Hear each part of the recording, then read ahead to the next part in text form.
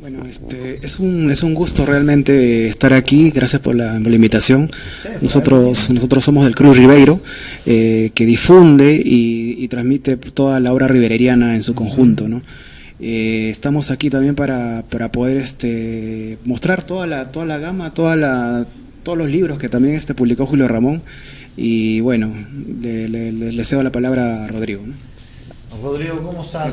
¿Qué tal? Sí, Rodrigo Alvarado. Ribeiro escribe por los que no tienen voz, por los marginales, por los descamisados. Imagínate, en esa época de Ribeiro, estamos hablando de los 40, los 50, ¿no? Y hoy hubiera caído muy bien un Ribeiro. Claro, en épocas de crisis vemos la actualidad de los países, los descontentos, ¿no? Que una situación en América Latina, ¿no? En varios países, Ecuador, Chile, un descontento social tremendo, el Perú, América Latina. La obra de Ribeiro debería ser prácticamente difundida por todos, ¿no? Para dar a conocer así lo crudo, lo descarnado, ¿no? Lo pobre, la tanta miseria humana que uno puede llegar a tener, ¿no? Exacto, y se adelantó a su tiempo, ¿eh? Mira lo que está pasando hoy día en América Latina, ¿no? Se adelantó a su tiempo Ribeiro y nadie lo tomó en cuenta, ¿no? Claro, no fue tomado en cuenta porque también él tiene, si vemos desde el boom latinoamericano, la mayoría no enfocó mucho sobre la pobreza, sino sobre novelas ficticias y sobre naciones, ¿no? Naciones e ideologías también, ¿no? Sebastián. ¿Qué tal? Sebastián, buenas tardes. Una de las yo he leído a Ribeiro, pero luego de Ribeiro yo he leído a ahí tienes tu micro. Okay. He leído a Chekhov. Y una de las novelas que me cautivó mucho fue Los campesinos, de la pobreza que se vivía en esos momentos. Y hay mucha similitud con Ribeiro, y hoy me entero también de que Ribeiro usaba como referente a Chekhov, ¿no? Es cierto, Julio Ramón Ribeiro comienza a escribir ya cuando Lima estaba cambiando totalmente, ¿no? Con los años 50, claro, él pertenece a esa generación. Y Lima deja de ser una villa, una ciudad pequeña de una ciudad jardín, y pasa a ser, como él mismo lo llama en Los gallinazos sin plumas, ¿no? El monstruo de un millón de cabezas, ¿no? Y eso pues es un referente total. Él es joven en esa época, y como todo joven es bastante crítico. Él lo ve desde su perspectiva. Él no es de hacer manifiestos, él no es de hacer mucha política, sino es que él lo hace de una manera muy fina, ¿no? La manera en la que él denuncia todos los cambios que habían en Lima era esa, a través de sus cuentos, ¿no? Y él le da voz a mujeres, a pescadores, a niños que recogen la basura, a amas de casa, a personas que trabajan en el hogar, entre otros, ¿no? Y eso es lo que el día de hoy es lo que valorizamos mucho de él, ¿no? Valoramos mucho esa parte, esa fineza que él tenía en su pluma para hacer sus críticas, para hacer sus denuncias, entre otros. Una de Jesús, uno de las obras que también mucho se ha leído y que se ha llevado a los colegios es La botella de chicha, ¿no? Que está dentro de una compilación de cuentos. Sí, tanto como La botella de chicha, y como también quisiera hablar también de Los eucaliptos, ¿no? Los eucaliptos. Sí, que es el cuento de Julio Ramón Ribeiro que digamos la parte de la generación del 50 le tenía más estima, ¿no? Tanto como Alberto Escobar, como Chariarse, gente que vivió con él en París. Denotaba mucho la trascendencia de los eucaliptos en el tiempo, ¿no? Y cuando él viaja a Europa, él se va con una concepción de escritura de acá de Perú, pero cuando regresa a Europa, él regresa totalmente transformado. Totalmente transformado. Sí, él regresa, me parece, en los años 70, ¿no? Y bueno, empieza también a ver que la Lima que él vivió en los años 40, porque es una Lima totalmente distinta, había cambiado muchísimo, ¿no? Ya no está la Lima con la Lima miraflorina, de los ranchos, de los eucaliptos mismos, porque se desarrolla en la avenida Pardo, ¿no? Poca gente sabe de ese tema, pero ve bastante Ribeiro el tema de cómo cambió su ciudad. Pero ya él empieza a darse cuenta sí. de las diferencias sociales, de los Por estratos supuesto. sociales que ya estaban muy marcados Ya en eran, esa época, claro, ¿no? sí, Entonces le choca mucho a él. Sí, le choca muchísimo, ¿no? Y trata de desarrollar ese tema en sus novelas también, ¿no? Y es que también en París encuentra otras perspectivas, conoce otro tipo de escritores, ¿no? Y él en París también lleva una vida difícil. Él fue conserje de un hotel, él a veces no tenía para comer, ¿no? En su diario, en La tentación del fracaso, él lo menciona, ¿no? Que a veces llega el invierno y no he comido un pan en unas 24 horas, ¿no? Entonces, eso también lo hace cambiar a él bastante, ¿no? Quizá Kat llevaba una vida moderada, ¿no? Porque su familia anteriormente había pertenecido a la clase alta limeña, ¿no? Pero ya una vez allá en París, no, la situación es totalmente difícil para él y para distintos escritores también de su generación, y no solo peruanos, también latinoamericanos, ¿no? El inicio de Ribeiro, los gallinazos, es una obra que marcó muchísimo, ¿no? Claro, por porque supuesto. Porque hay un antes y hay un después, ¿no? Hay un antes y un después. Sí, exactamente, ¿no? Ese cuento inicia, parece que fuese una historia común y corriente, ¿no? De cualquier urbe. Pero mientras avanza la historia, te vas dando cuenta que los chicos que alimentan al cerdo, el cerdo se vuelve el patrón de ellos, ¿no? Porque si no los llenan, no los comen, no le consiguen la comida, ellos no comen, ¿no? Tenían prácticamente el cerdo viene a ser el dictador, ¿no? Y eso se traslada a la política, ¿no? Y a la sociedad peruana. Y hay un después, cuando Ribeiro regresa de Europa, regresa ya con otra mentalidad, regresa con una pluma más aguda, mucho más acuciosa, ¿no? Del año 70, estamos hablando de 74 aproximadamente, ¿no? Sí, es curioso también que, volviendo a los gallinazos sin plumas, claro, lo que tú tratabas, Ribeiro lo escribe en una parte de su vida donde él era conserje en un hotel y tenía que sacar la basura. Exacto. O sea, prácticamente la experiencia de los gallinazos parte de esa experiencia y eso lo plasma en su libro. Es curioso que también lo mismo que pudo hacer en París, trajinando los botes de basura, lo hizo, plasmó los gallinazos sin plumas en esa parte, ¿no es curioso? Sí, muy total, ¿no? O sea, sí. Por eso yo te decía, hay un antes de los gallinazos sin plumas, sí, claro, y hay un después, ¿no? Está ya el cambio que se viene con él a partir del año 74, 73, 74. Claro, con la publicación de Silvio en el Rosedal, Silvio que ya es claro, son otro tipo de cuentos. Ya es un más Ribeiro pegado a Evita Perón, ¿no? Sí, claro. Por todo esto, ¿no? Eso es muy bueno. Ya un Ribeiro también ya más adulto, sí, ya conforme ya va adquiriendo más lecturas, también explora distintos géneros. Él publica teatro también, publica aforismos, como las prosas apátridas, que son muy buenas, muy sensibles también. Y ya también tiene otra gama de cuentos que quizá no son muy conocidos, ¿no? Uno de ellos sí que se recomienda leer es el Carrusel. El Carrusel. Sí, también el Carrusel, ¿no? Que quizá no es muy conocido, pero que ahí podemos ver cómo él explora que ya no solo trata de hacer un relato lineal, sino explora con el cuento. ¿Llega en algún momento a ser un poco alienado Ribeiro? ¿Llega a perder un poco la razón?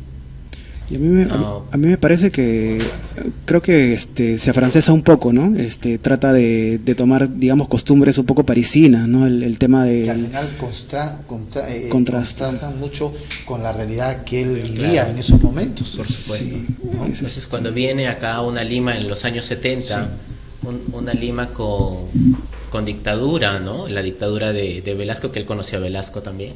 Entonces ya eso sí le choca, pues él tenía un estilo de vida allá en París y para venir acá le cambia por completo eso, ¿no? Y Alienación como cuento también es muy bueno, ¿no? Sí. Él vivía en él vivía en la avenida Comandante Espinar, en Miraflores. Entonces, él estaba como que en el limbo entre las familias del buen apellido, del buen ver, y el barrio de Santa Cruz que recién se estaba formando. Entonces, él prácticamente estaba en medio, ¿no? Tenía tanto los niños ricos, por decirlo así, y los hijos de pescadores, los hijos de mecánicos, así, ¿no? Entonces él veía de ambos lados, ¿no? Y supo retratar eso en el cuento, ¿no? Estaba presente el racismo, y hay que ver que en nuestra sociedad sigue siendo. Que al final lo vivió, ¿no? También él. Por supuesto. Que al final lo vivió muchísimo, ¿no? Entonces, por eso yo te preguntaba del tema de la alienación, perdón, que tú también lo puedes ver plasmado en sus cuentos, en sus escritos, ¿no? Dos realidades muy diferentes, una la que vive en Europa y una la que llega a vivir acá en el Perú. Sí, quiero hacer una acotación también, que ese racismo que quizá se pudo haber vivido Ribeiro en Francia no fue tan cierto también, porque digamos que a los compatriotas que pasaron en París, de Julio Ramón no vivió tal estigma de racismo, porque digamos por su misma característica racial, digamos, tirado más a lo blanquiñoso, entonces aburguesado, entonces con las maneras, con los modales un poco burgueses, entonces no padeció ese tipo de cosas que sí lo padeció, digamos, gente que, digamos, como Chariarse, como esa gente, ¿no? Pero él la hace propia de la gente que no tenía voz. Por supuesto. ¿No? Él la hace. Salazar Bondy, y se dice que Ramón Ribeiro no tenía muy buenas relaciones, ¿no? Pues sí, no es una leyenda urbana más que todo, porque el Julio Ramón Ribeiro pues se llevaba bastante bien con las personas de su generación. Por prueba de ello está o bien en el diario La Tentación del Fracaso, o también en las cartas a Juan Antonio, ¿no?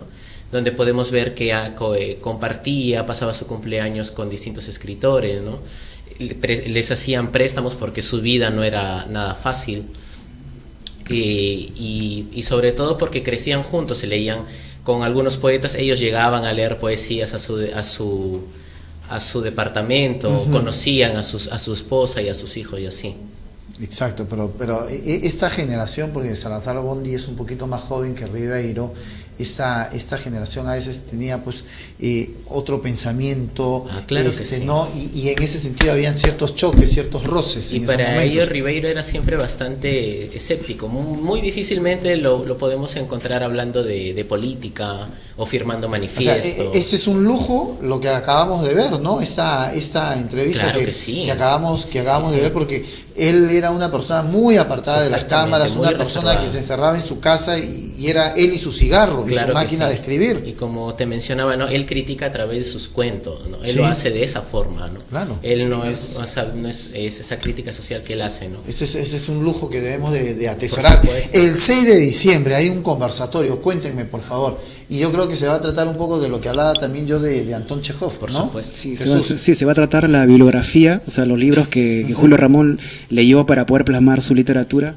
Es viernes 6, ¿no? Este viernes 6 desde las 10 de la mañana hasta las 7 de la noche en la Casa de la Literatura Peruana. Hasta, ¿no?, las 7 de la noche, sí. No se pueden perder ustedes porque acá hay mucha historia, ¿no? Va a estar el coordinador del Club Ribeiro, Pedro Arriola, al cual le agradecemos tanto, y también a Jorge Coaguila, que es su biógrafo, ¿no? Más ilustre.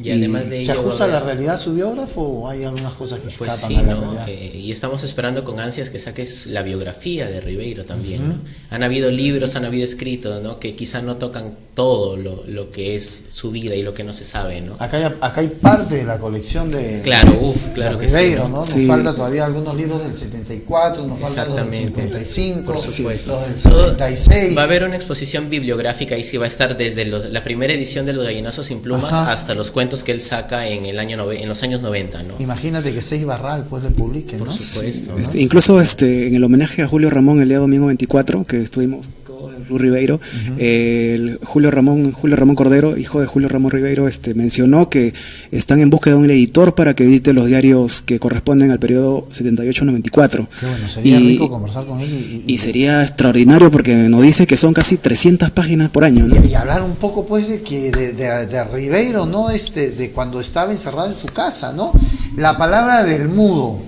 ¿Por qué? Cuéntenme. Pues como lo mencionaste en un principio, ¿no? Él le da voz a aquellos que no tienen voz, ¿no? Sí. A las personas de clase media, a los descamisados, ¿no? Una frase muy de Evita Perón, ¿no? Sí, muy de Evita. Descamisado, decía Evita Perón, y salían todos los pobres y ella salía al balcón y era más amada que su esposo, ¿no? Claro. Entonces Ribeiro también marca, a pesar de no haber sido pues un niño bien, ¿no?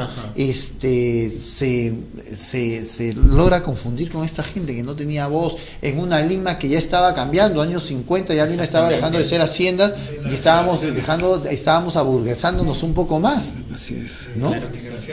Las migraciones que hay, ¿no? Entonces empiezan a chocar, pues empieza a chocar mucho la sierra, la selva y los limeñitos, ¿no? Los limeñitos engominados y todo eso. Así es. Chicos, muchísimas gracias. El 6 de diciembre, ¿a partir de qué hora? A partir de las 10 de la mañana hasta las 7 de la noche. Hasta las 7 de la noche vamos a tener toda Casa de la literatura peruana. La Casa de la exposición bibliográfica, ¿no? Y venta de libros también. Y venta de libros, así que no se pueden quedar ustedes sin los libros de Ribeiro. Muchísimas gracias por todo. Gracias, a ti, Jesús, por haber venido, a Jesús Vázquez, a Rodrigo Alvarado y a Sebastián Fernández. ¿Nos vamos? Muchas gracias. Nos vamos, amigos, no hay tiempo para más. Que Dios los bendiga a cada uno de ustedes. Mañana jueves nos reencontramos. Y siempre hay que leer un poco. A veces yo comentaba al inicio, ¿no? Como gracia, como no sé qué cosa, la ministra de Educación pues sale a decir, ay, hemos subido un punto, qué vergüenza, yo me quedaría callado, señora ministra, su cara apareció un emoji, estos que mandamos en los WhatsApp, estos, ¿no? Y yo le pregunto pues a la ministra y le pregunto a ustedes, los jóvenes hoy ya tienen capacidad de pensar, los alumnos leen, saben leer, saben captar lo que leen. Y más que ello sería formar un sentido crítico, ¿no? Por Eso supuesto. Es algo que Ribeiro tenía, ¿no? Y quizá retomar a nuestros clásicos, ¿no? A nuestros escritores, no solo a Ribeiro, sino a distintos escritores peruanos, ¿no?